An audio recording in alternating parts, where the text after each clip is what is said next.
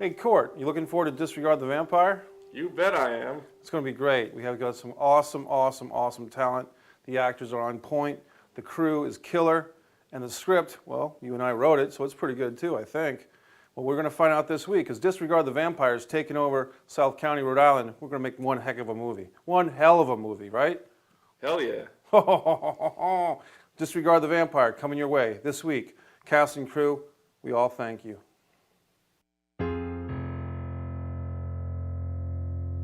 This is the story of perseverance.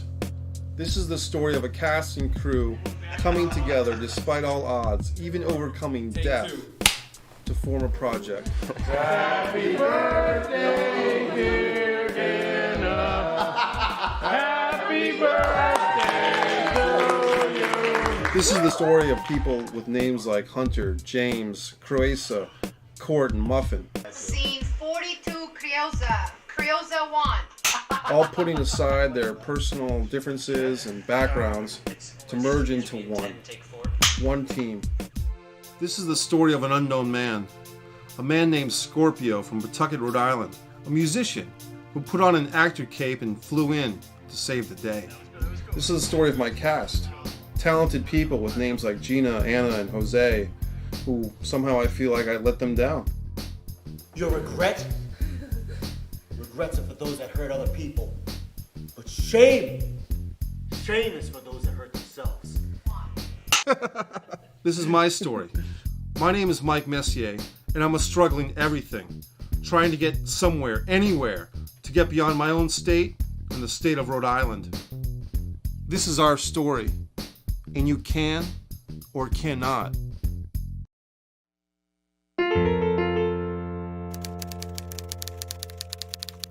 So I became a director. Create, to control. My name is Mike Messier, not the hockey player. For 15 years, I've been trying to make movies. The biggest obstacles have been money and perhaps my own negative attitude. After many stalled and backburnered projects, I was just about to give up. But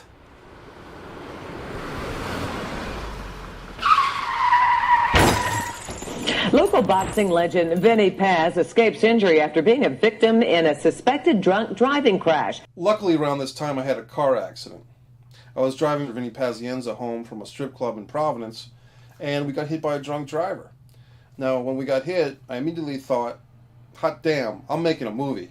So I used the settlement funds from the car accident to fund Blood Sugar Sedace, a feature film with only 4 actors and 1 location. What world I am in, You, a waste of my potential. You, a waste of my blood. It turned out to be a pretty good movie. Unfortunately, not many people have seen it. Now, at the end of the accident, I had a second settlement which came in, and I put it towards another movie project called Chris and the Coffee Girl. I see you fixating on that one woman, Chris. What's your name, Penny? Penny the Coffee Girl? Chris and the Coffee Girl. Huh. Sounds like an interesting movie. A romantic comedy about a nerdy guy, played by me, who gets help from a talking pickup artist book to pursue the coffee girl of his dreams. We had a bunch of pro wrestlers attached, and we really worked hard on it, with table reads, auditions, and even an ill-fated filming of voiceovers in Philadelphia. But I can make it work now. I can make it work. You got something? Okay. No, except here's the thing is why does he have to tell Chris that? Because Chris doesn't see the beauty in life. Chris just is sucked into the gray clouds of life. Yeah, but that's not, we don't understand that. We don't get that. It doesn't, you're not painting that. Yeah, there's an opening image of the gray clouds and the rainbow. Yeah, and nobody gets symbolism. People don't get it. I don't even get it. I'm brilliant. You know, because no, it's so symbolism like that. You know, I mean, you get it in like the movie Seven, where there's always a cloudy day and the finally sunny day is when he gets fucking, is the end. But that's rare. Most symbolism goes over 99% of people's heads, and the only people to catch it are critics. And this is not a movie critics are gonna like anyway. Unfortunately, me and the lead actor in that piece, a pro wrestler named Raven, didn't really see eye to eye. And even more unfortunately, two of my scheduled co-stars passed away before we could afford to film the whole movie. We could have probably scrounged together a few bucks and filmed their scenes and then piecemealed them into the entire film as we could afford it, but that didn't seem to be the professional approach. Lesson learned: do it while you can. I could talk about the Chris and the Coffee Girl experience all day.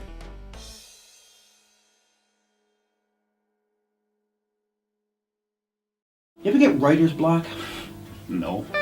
You're the artist. Now all this time I was ignoring my first project that I really put my heart into. But go out, get some life experience. That's what makes an interesting writer. Well, God's Country is a 15-minute short based on scenes from a full-length script I've written called Wrestling with Sanity, which is about the anguish of mental illness against the escapism of pro wrestling entertainment. I'm trying to get funding for the feature to be made, but making a short on a low budget is a great first step. What kind of budget were you dealing with here? If I just... Pocket change? Pocket change. We scrounge together any nickels, dimes, dollars we can put, but the actors pretty much worked for free. We had 2 cameras, natural light in an indoor apartment that had a lot of windows. That's it. Sometimes I wish things were still that simple. Less people, less money, less time, less equipment, less hassles. And sometimes I feel like if I had just stayed with Wrestling with Sanity, my whole life and my whole career would have taken on a whole different path. But, sad story short, we never finished that project either. If I produce the sequel first, will it spawn interest in the prequel? And that's the movie I really want to make. Somehow, these existential themes about pro wrestling and angst don't really go away. They just remanifest. I find myself writing similar scripts for different actors, sometimes even shooting these teasers in color. One time, I even handed over the director position to a film buddy, but with more or less the same stunted results.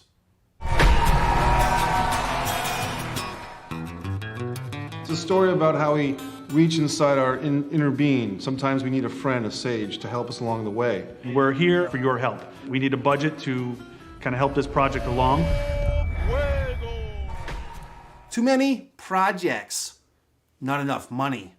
Too many projects, not enough actual movies.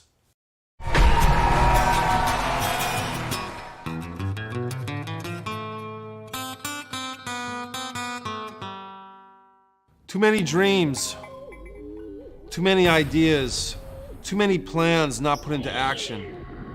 I'm drowning in my own imagination. I don't have a handle on it. Creation. The way to create is to create.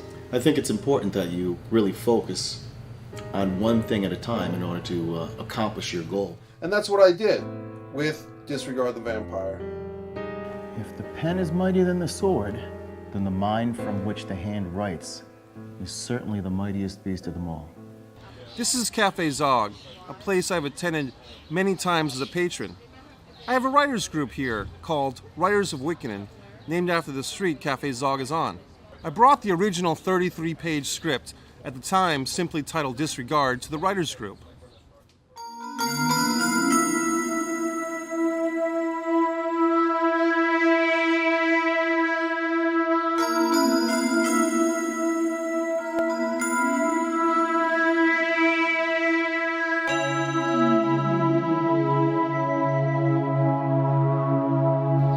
Something that I'd seen before, but on the other hand, I was looking at it in a whole new way, in that special Mike Messier way, I would say.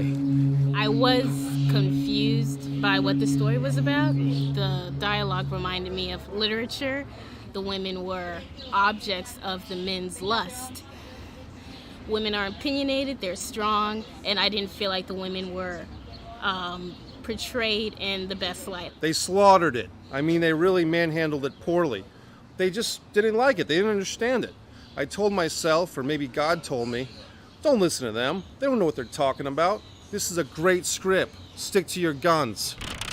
But there was one member of the Writers of Wiccanen group who, although originally skeptical, saw something in the script he could attach to. Court Fisk would take this dialogue-dominated script and add action lines and some weird references to a closet that I never quite understood. We'll meet Court later. There's always some place or group in New England trying to get a film scene together. One of these places, Jimmy's Saloon in Newport, brought together Rhode Island South Filmmakers Group, led by this film cinematographer, Chris Hunter. So, undeterred from past failures and looking for a fresh start with new collaborators, I met with these three other guys, Chris, James, and Damien. James had all this new equipment. Chris knew how to use it, and I'm not sure what Damien did. We got together and we had these conversations about films we wanted to make with titles like Epic Fail and Suburban Gangsta. Well, actually, those were James and Chris's ideas. My idea was a little simpler. It was just 4 actors, 1 location. I needed that location. We needed the courthouse. Scene 1, shot 1, take 5. I created and taught my own acting class, Core Acting, at the courthouse the previous summer. So I knew all about the courthouse and all its majesty. Lorraine, the lady that ran the courthouse, was always very good to me. Come on in. I thought it was awesome. He gave me the premise. He said he wrote the play because of the atmosphere here at the courthouse, and he fell in love with the building. And I was thrilled that we could do something like this. It was awesome. Across the parking lot from the courthouse was an old flop house called the Annex. We used that place for auditions, to rest, and a few of us even crashed there during the shoot.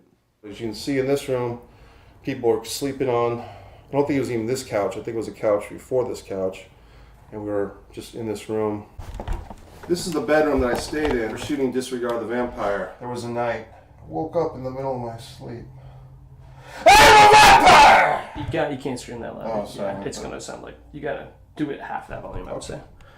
I looked to the top of the room and I screamed, I am a vampire, and whoever messes with me shall die. I am a vampire! You know, just like the top of his lungs. Possessed by the spirit of the vampire. There's actually an oven in the bathroom, which is a little unusual.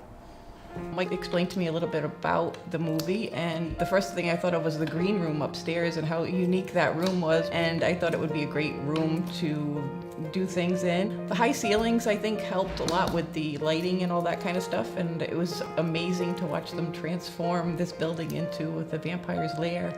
It was very cool. It wasn't so much of an aesthetic thing or a physical thing, but it was more of a state of mind of the main character. The chaos, the simplicity, the darkness, the complexity, and tried to incorporate the visuals, the colors, and the textures with what I would perceive those states of mind to be. We had a fundraiser for the film here at the courthouse. Our former lead actor was great. He even played the piano and entertained people while we accumulated the funds. Some kids stole some money from the cash register or something, but still we had a great time. We raised just enough money for the location fees and felt great about it. The venue, which was a huge piece, finally fell into place. So it felt a little bit uneven, but definitely moving forward. This little guy reminds me of myself. He's just so small, but you can see that smiley face, and he's got his little warrior hat on, and he wants to take you right inside the courthouse and show you a good time. Poor Joe, average Joe with a chip on his shoulder. To me, this has been just a day. The character of Joe, when I read the sides, kind of struck a chord with me. Because of my own life, I've experienced a lot of the same type of dealings growing up. He's got to make some pretty serious decisions on how he's going to move forward. You asked me if I would act in your film, and I think you had it in mind that I had the look of a sexy vampire. What is your humble opinion? Have you been brought into the flock? We were rushing into things. Right. A little quickly. Maybe some of the pre-preparation could have been planned out a little bit more. We didn't start with a safety meeting or a production meeting where generally it's the director or the AD or whoever sort of lays out the day for everyone. We planned to shoot in early March, when the tough New England weather usually breaks and before other local film projects get going. But then This massive snowstorm was predicted, and although that was eventually proven to be way overblown, it was tragically too late. Citing safety first, I had already abridged our shooting schedule. Lesson learned? Fuck the snow.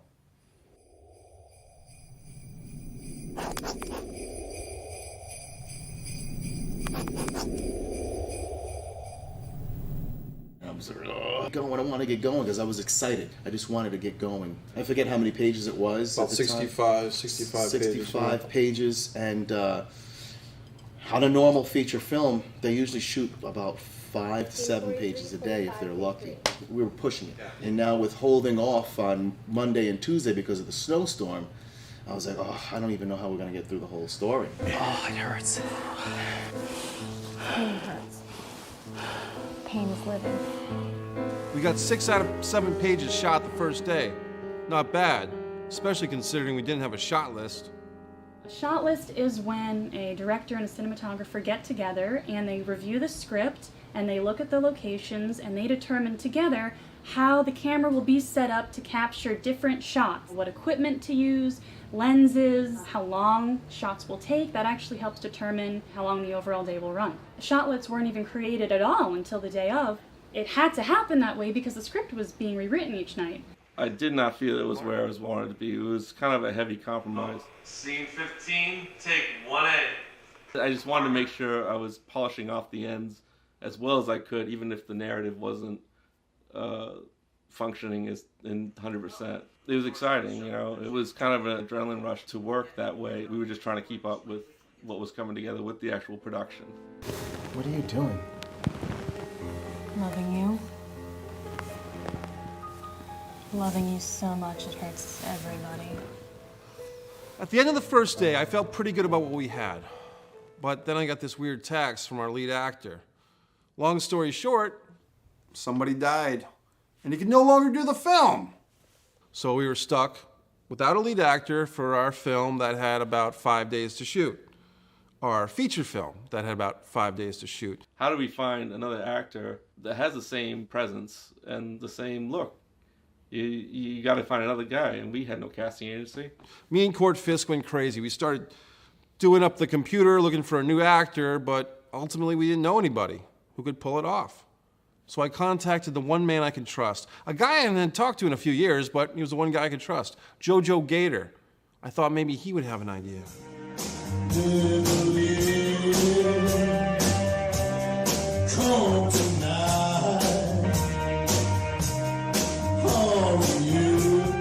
Jojo Gator is one of those guys that's always up to something, and it's usually not very good. But Jojo and I are both artists, entrepreneurs, and most importantly, survivors of a little ghetto we call Silver Lake, Rhode Island. Even the way Jojo and I met was kind of special, at a place where people go to get better. But I did know Jojo had a new band, and the singer was very unique. Cut away all the pain I feel. Points right there. He's got a presence, he can play piano, he can learn lines. So I was like, okay, I'm improving already. You know, it's not unheard of for an indie movie set to lose a lead actor, but it's unheard of to replace him within less than a few hours. I remember when I said that we were moving on without the former lead actor, one of my key collaborators told me, "You're committing creative suicide." I said, "We're moving on. The show must go on." So Scorpio jumped into that lake of fire with us, and we were swimming towards glory. I could see where the people who had scenes directly with our lead character would be kind of nervous about it. And would they like to have had another month before? We'd be, sure, but we didn't have that. This was the week, this was the time we had. That was not just a huge monkey wrench, that was like a devastation because you put together location, crew, schedule, I mean, everything was there. And so it was actually really impressive. You got another actor the next day, Scorpio, and he was great. It fit the groove so well. Even though the character that he was supposed to play was kind of a little different, but he snatched it right up. Your foresight in saying, we're not going to cancel it and we're going to go ahead and film it, that forced you to have to find a replacement, and you did. He that has fire shall prevail. Sometimes your hand has to be forced to the fire, and your mind starts working quickly, and you start firing off, brainstorming, and you get these ideas, and sometimes there's a nugget of gold in there. Yeah. A lot of times there is, and that's what you were able to find. We started late on the second day to acclimate Scorpio to the movie. Since he was fresh to this project and just given the script, I had to take him aside and work with him, get him to know the character and what he was doing. I had butterflies. Yeah. You know, I had never acted in a film before. Right. I have obviously performed on stage during my shows, and I view that as all the same. It's performance art. Right, forest path to do battle with the sorcerer. It was sort of, if you guys can help me in any way, Yeah. I need it. Sorry. It's okay, buddy. You got this. Everyone was so appreciative and helpful, and it just flowed. So we just kept on trucking. In my heart, I knew I was bullshitting people. We really didn't have a plan or a schedule, but I just wanted to keep this thing going. People had already taken time out of their work and their lives, away from their families and their friends, to be with us at the courthouse. I was stuck in a jam. I didn't know what else to do, but I wanted to do something. I'm guilty. I am guilty. Of what? Of you. We had a local reporter come and take some photographs. I pretended like I knew what I was doing. He even thought so, but it was obvious to the key cast and crew that I didn't know what was going on. It was more painfully obvious to myself. Things were just falling apart. Mike Messier is very open-minded, which is terrific. At the same time, though, if you stop and let yourself be influenced by everyone who voices an opinion, then that can impede progress. I think I screamed at somebody. I'm like, no, one person talked to me. That's it. I felt so bad that I yelled, but it's like, it actually went better because that one person was that go-to person. She was doing hair and makeup for people and then suddenly had to change it, and then everyone was like, you know, waiting for her. Being told one scene by one person and the other, it was just like, okay, like, this is the wrong makeup for that. That's not what we agreed. It was time consuming. I think that was the biggest stress thing for me. There was not one really central, strong enough presence on site. It was like too many cooks in the kitchen, but none of them knew how to cook. The schedule, it was a little chaotic. Yes. At least for me anyway. And for some reason, I focused on what I call the soliloquies. That Right. 4 or 5 page soliloquy that just went on. I just had a feeling that was going to be the first scene I was going to do. Oh, but theater. Theater, that is my love. And lo and behold, when I came on that Friday morning, that's exactly what we did. It is the classic embodiment of the human spirit, of the human soul. For whatever reason, on that Friday, things started to come together. We shot in this room with a piano scene. Anna was playing the piano and Scorpio was doing his thing. Then we shot in the master's chambers. We had a really long day, but things were coming together. I started feeling great about it. Maybe it was because after all the bullshit and crap, we just focused our energies and started to make a movie. Things were feeling great. It's such a difficult riddle to figure out, isn't it? What's that, my sweet? Life.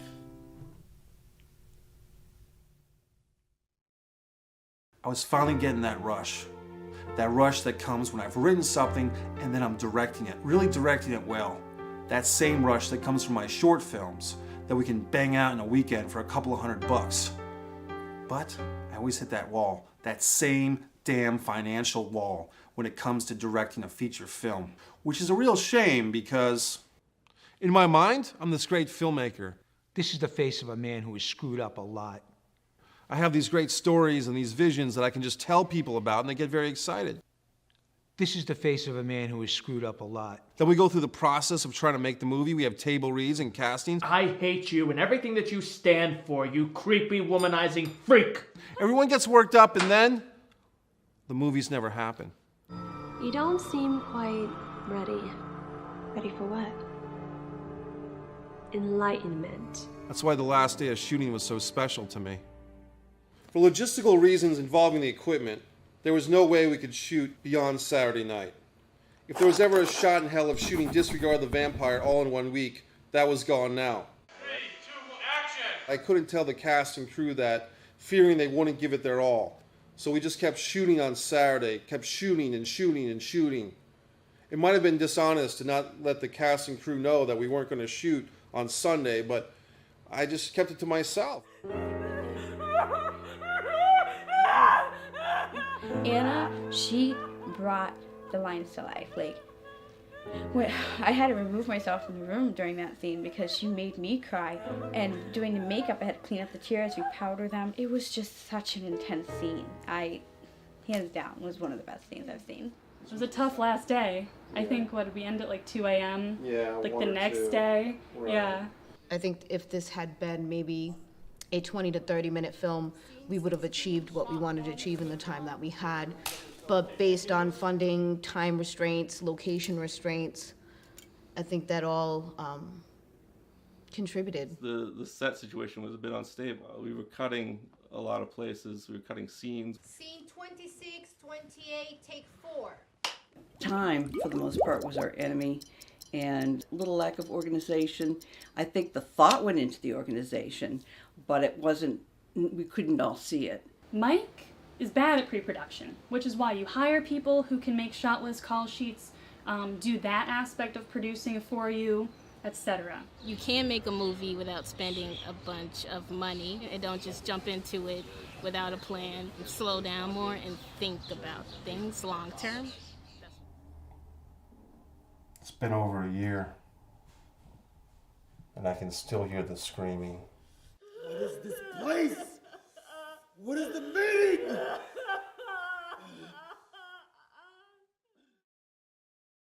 Disregard the Vampire happened for a reason, and that's not a bad thing. It doesn't mean a negative thing.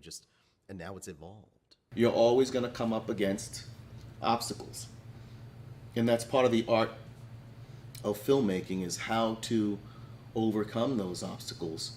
You're a really good salesman. You're a perfect business guy to just make collaborations, get sponsors, connections. You're like, people should hire you to do that for their productions. He can get a crew together, and he really works well with people. It felt good. We had a lot of talent, a lot of people coming together. Thank you, Katie.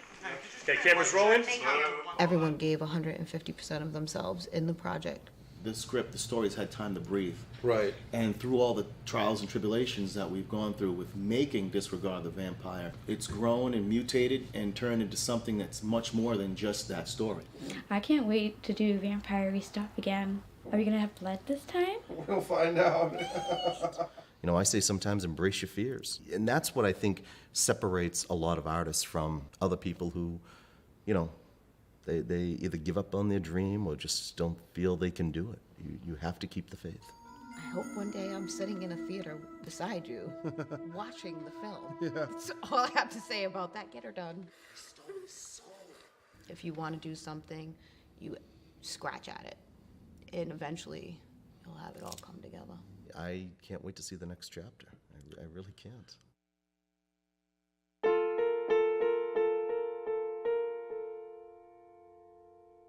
If you want to do something, you scratch at it, and eventually you'll have it all come together. I can't wait to see the next chapter. I really can't. In the subsequent months, I obtained the whole screenplay credit and rights to Disregard the Vampire from my co-writer.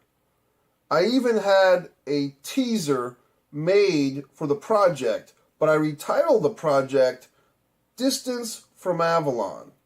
This Distance from Avalon teaser made it to several international film festivals, for festivals all the way from Transylvania to Africa to Russia, Kenya, and even to Los Angeles, New York, and Rhode Island. Feeling this momentum, I took my case to the local media, seeing if I could get this Distance from Avalon fully financed and filmed. But sometimes I feel like I'm just talking to myself.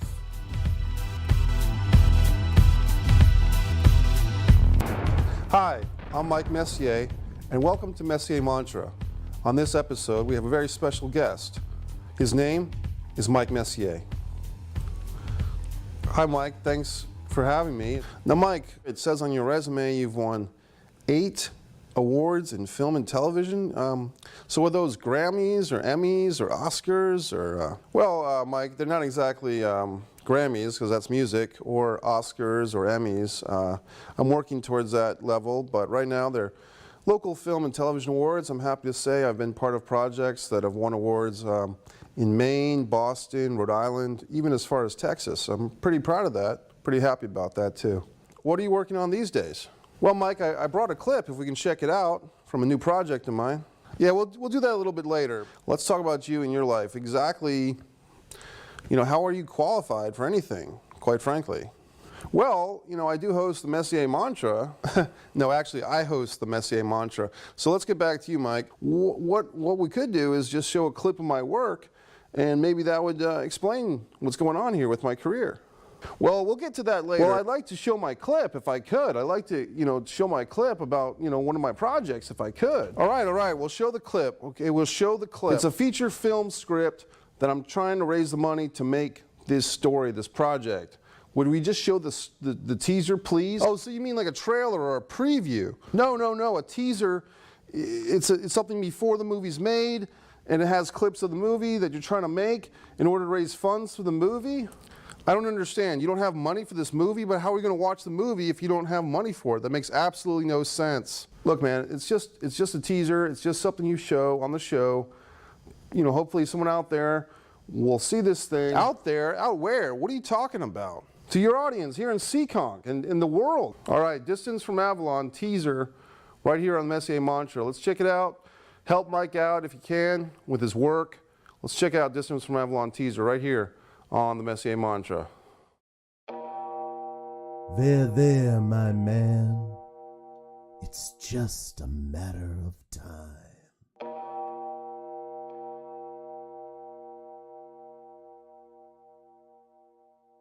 So you're the man of the house. Did I ever tell you about the man lost in the prison? He was a troubled man. Is that me?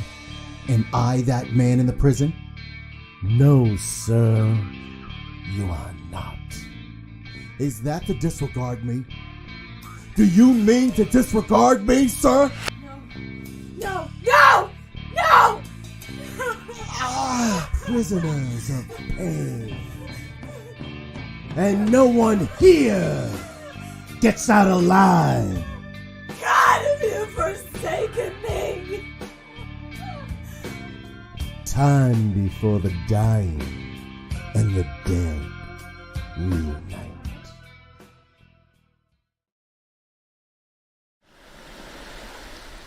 I've tried to stay friends with everyone involved in Disregard the Vampire. Many new personal and professional connections developed from our experience, leading to new projects, some of which have been finished and some of which have not. Some of these new projects I've even been included in, and others, well, not so much. A few of the key people involved in our original shoot declined to be interviewed for this documentary, or just never seemed to be available. Their silence is deafening. Things go cold, people move on, and perhaps grudges are held. I call it being disregard. I suppose it's hard to believe in a guy who changes his mind every 5 minutes. I tell myself to never surrender, never lose that passion. Time is ticking, and time is money, and you might have enough time to make more money, but you'll never have enough money to make more time. And I may not have much left of either. And still, I want to start that damn war right damn over. Every spent dollar, every false hope, and every naive gesture was worth every last shot. And once again, I'm at that very painful step between achieving true greatness and coming up just a little bit short. So for those that might ask, why take the chance? I can't explain it. You either do it or you don't. This is the ride we take. This is the life we lead. This is the vampire we disregard.